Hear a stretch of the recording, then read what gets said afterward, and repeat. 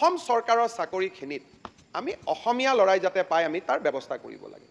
যাতে তাত আৰু কোনো ধৰণৰ বাহিৰৰ পৰা মানুহ আহিব নোৱাৰে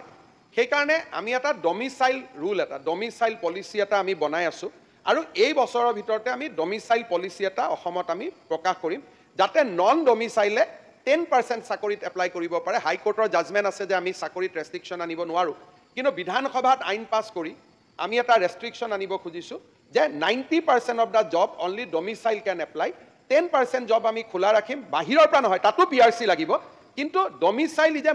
মাছ স্পিকাৰ দেন PRC আজি হৈছে PRC থাকিলেই সব এপ্লাই কৰিব পাৰে অসমত 2 বছৰ আহি থাকিলে PRC পাব পাৰে গতিকে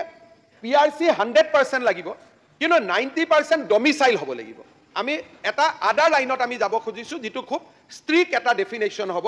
এই বছৰৰ শেষৰ ফালে আমি ষ্টেট ডমিচাইল পলিচি আমি লম দল সংগঠনসকলৰ লগতো আমি কথা পাতিম তেতিয়া গ্ৰেড 3 গ্ৰেড 4 ক্লাছ 1 ক্লাছ 2 অসমৰ চাকৰিখিনি আমি ৰিং ফেন্স কৰি ল'ব পাৰিম যে অসমৰ চাকৰিখিনি যাতে ৰিং ফেন্স হৈ থাকে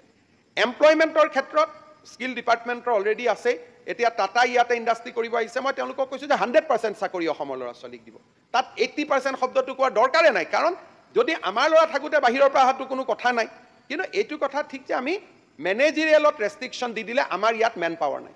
আৰু সেই ৰেষ্ট্ৰিকশ্যনবিলাক কাউণ্টাৰ প্ৰডাক্টিভ হ'ব তেতিয়া উদ্যোগ নাহা হ'ব গতিকে আমি এটা ফাইন বেলেঞ্চ এটা মেইনটেইন কৰি আমি কাম কৰি যাম সদনক এই আলোচনাৰ বাবে মই ধন্যবাদ জনাইছোঁ